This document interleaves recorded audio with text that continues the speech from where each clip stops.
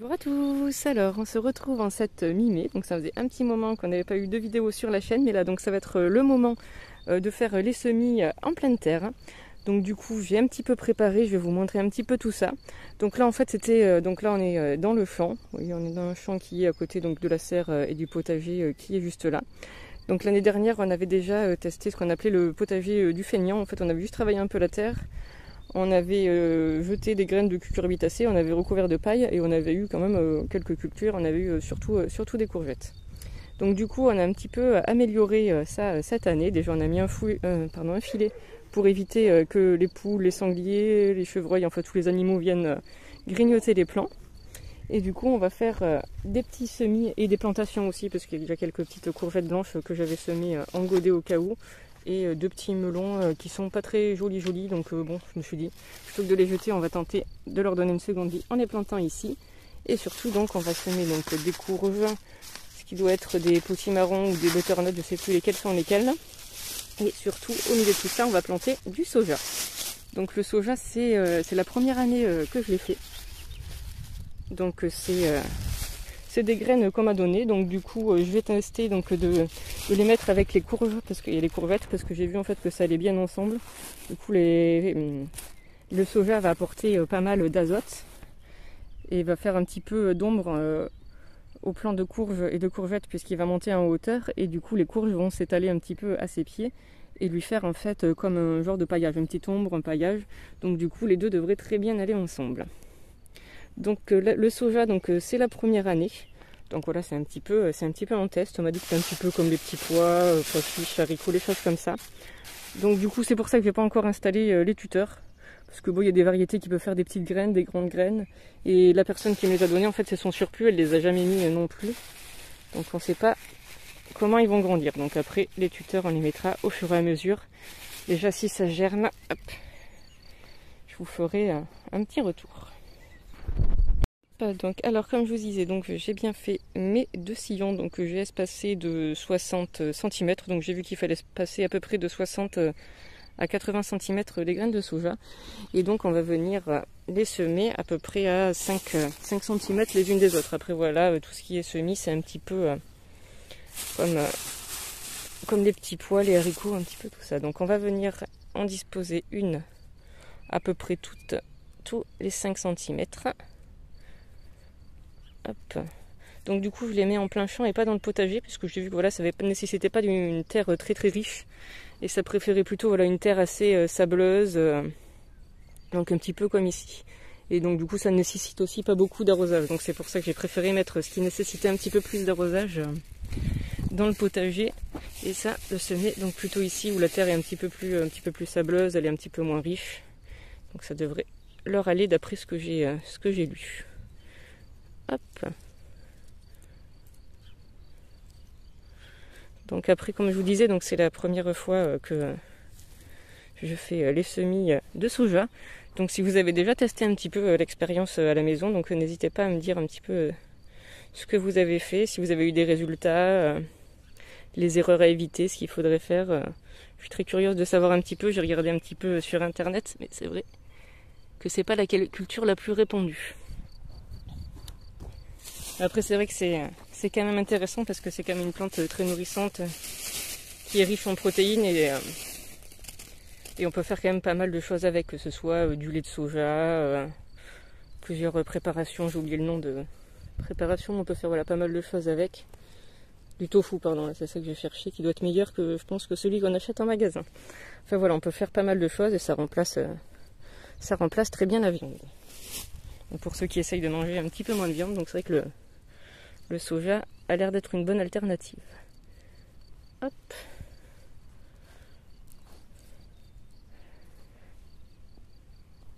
Hop. Donc je vais continuer un petit peu à faire mes deux lignes et je vous retrouve juste après. Hop. Et voilà, donc nos deux lignes de soja ont été semées donc là au milieu. Donc maintenant on va venir mettre sur le côté. Donc ici les courges, et après on mettra là-bas les courgettes et les melons. Donc les courges, j'ai fait des trous d'à peu près 3-4 cm de profondeur tous les mètres. Et on va venir donc y mettre plusieurs variétés de courges. Donc j'ai des grosses courges, après j'ai des potimarrons et des butternuts il me semble, mais c'était pas noté sur le sachet. Du coup je sais plus trop lequel est lequel, mais bon enfin ça n'a pas vraiment d'importance. On verra bien quand ça poussera. Donc du coup je vais venir mettre 2 graines dans chaque trou. Donc une ça pourrait suffire, mais bon dans le doute je préfère en mettre 2 comme ça sera plus sûr et on viendra arracher celui qui est moins beau s'il est 2 pouces. Hop, j'en ai mis de partout. Il va m'en falloir encore 4 autres.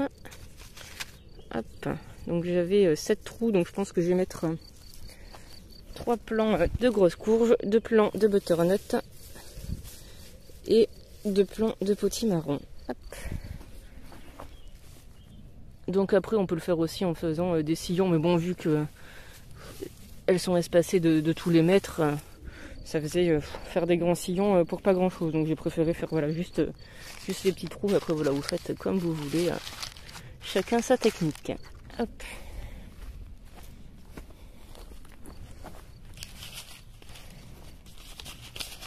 Deux petites graines de petits marrons. J'ai perdu mes gants. 2 petites graines de petits marrons.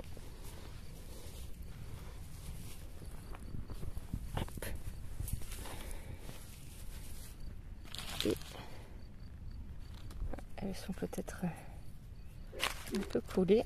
Et on va faire pareil. 2 plants de butternut. 2 ici et 2 ici. Hop. Et voilà. Donc je vais ranger un petit peu. Oula. Il y a une grosse buse qui passe. Je ne sais pas si vous la voyez juste ici. Ça va, elle n'a pas l'air d'aller vers les poules, elle n'a pas dû les voir. Hop, alors je range un petit peu tout ça et on se retrouve dans quelques... Hop, alors donc maintenant on va passer aux courgettes et aux melons. Donc du coup je vais en planter 3 courgettes, en semer 3 et replanter les 2 melons. Donc pour tout ce qui est plantation par contre, bon, même s'il va pleuvoir, je mets toujours pas mal d'eau au fond de mon trou. Donc comme ça attire un petit peu la plante pour que ses racines aillent en profondeur et ne restent pas trop à la surface, parce que s'il pleut, elles risquent de grimper à la surface. Et en période de sécheresse l'été, il vaut mieux qu'elles aient déjà creusé profondément dans la terre. Hop, voilà. Donc on va bien laisser s'absorber. Et en attendant, on va venir semer les courgettes. Donc alors les variétés de courgettes, potimarron, tout ça, tous les cucurbitacées que j'ai plantés ici, donc c'est des variétés qu'une personne fait pousser ici depuis des années. Donc c'est ses propres semis qu'elle m'a gentiment donné. Et du coup donc ça fait plusieurs années donc qu'elle les cultive ici. Donc normalement c'est bien, elles seront bien acclimatées à la région. Parce qu'elle doit avoir l'habitude de ne pas avoir beaucoup d'eau. Hop, les 3 dernières. Ah, donc ce sera les 2 trous pour les melons. Après bon, vu qu'ils sont petits, s'ils se font manger, je le remplacerai bien par autre chose.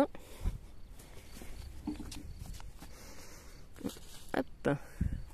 Donc ça a commencé déjà à absorber. Bon, pas trop celui-là est bien vide. On va commencer par les melons là-bas au fond.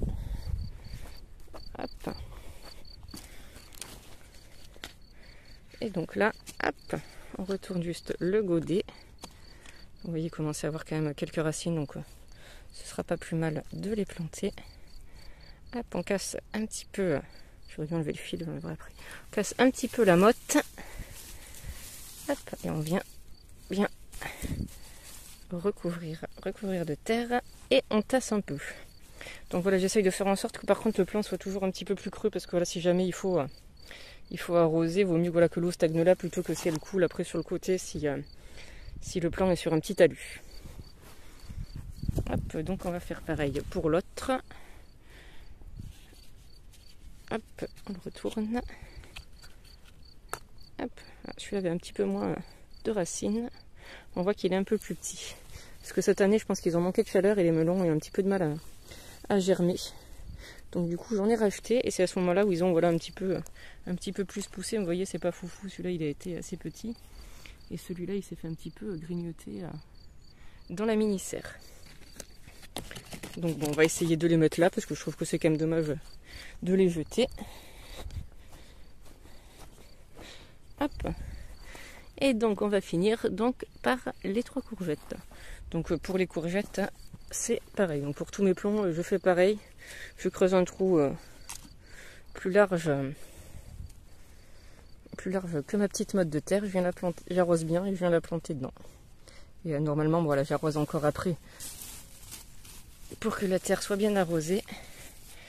Mais là, comme je vous disais, donc il va sûrement pleuvoir. J'ai passé bien désherbé. Donc ça va pas être la peine. Hop. Et voilà, donc ça y est, les petites courgettes ont été plantées. Tout a été semé. Donc là, on va attendre que la pluie vienne bien tout arroser. Parce que bon voilà, c'est comme tous les autres semis, il faut bien garder la terre humide jusqu'à ce que ça germe. Donc voilà, si on a un petit peu de pluie, ça sera parfait. Sinon, je viendrai arroser un petit peu de temps en temps. Puis bon voilà, je vous tiendrai au courant de l'avancée de ce test sur le soja si ça vous intéresse. Après je sais pas voilà si c'est une culture qui intéresse beaucoup de monde. À vous de me dire dans les commentaires. Donc voilà, on va laisser germer. Et après donc vous voyez, on a Monsieur Druide a fauché et a laissé donc toute l'herbe sèche autour. Donc après, une fois qu'elles auront un petit peu germé, on viendra pailler tout ça. Et voilà, donc il est temps pour moi de vous laisser. Donc j'espère que la vidéo vous aura plu. Donc je vous souhaite à toutes et à tous une bonne journée. Et surtout, prenez soin de vous.